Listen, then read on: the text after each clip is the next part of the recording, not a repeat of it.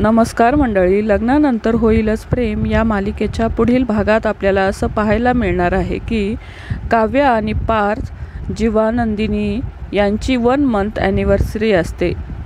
त्यावेळी काव्य आणि पार्थ दोघे मिळून केक कापत असतात।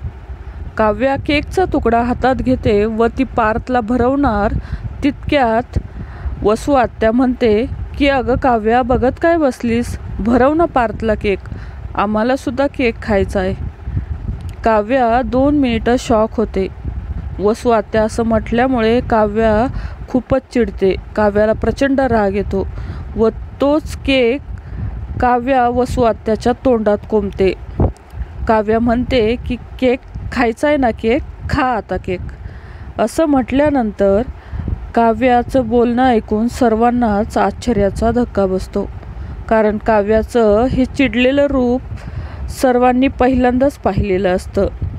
जीवासुद्धा काव्याकडे बघतच राहतो, त्यालासुद्धा धक्काच बसतो।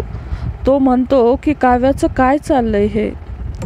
पार्थ देखील काव्याकडे बघत राहतो।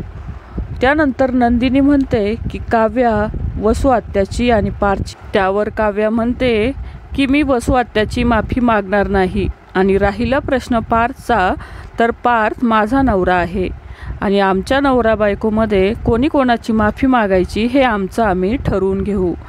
हे असं बोलणं ऐकून सर्वांनाच खूप धक्का बसतो। तर सर्वांसमोर काव्याने पार्थला नवरा म्हणून स्वीकारलेलं आहे। आता पार्थ नंदिनीकडे बघतो आणि पार्थच्या चेहऱ्यावर हसू फुलतं। तर काव्याने सर्वांसमोर पार्थला नवरा म्हणून स्वीकारलं। तिचं हे बोलणं ऐकून पार्थ खूपच खुश होतो आणि त्याच्या चेहऱ्यावर आनंद पाहायला मिळतो। तर येणाऱ्या भागात आपल्याला असं पाहायला मिळणार आहे की काव्याचं हे रूप पाहून जीवाला मात्र धक्काच बसतो। येणाऱ्या भागात आपल्याला असं पाहायला मिळणार आहे की काव्य आणि पार्थची जवळीक पाहून जीवा मात्र अस्वस्थ होताना दिसणार आहे। तर मंडळी, तुम्हाला हा प्रोमो कसा वाटला ते नक्की कमेंटमध्ये सांगा। मालिका विश्वातील अशाच नवनवीन अपडेट जाणून घेण्यासाठी आपल्या चॅनलला नक्की सबस्क्राईब करा। धन्यवाद।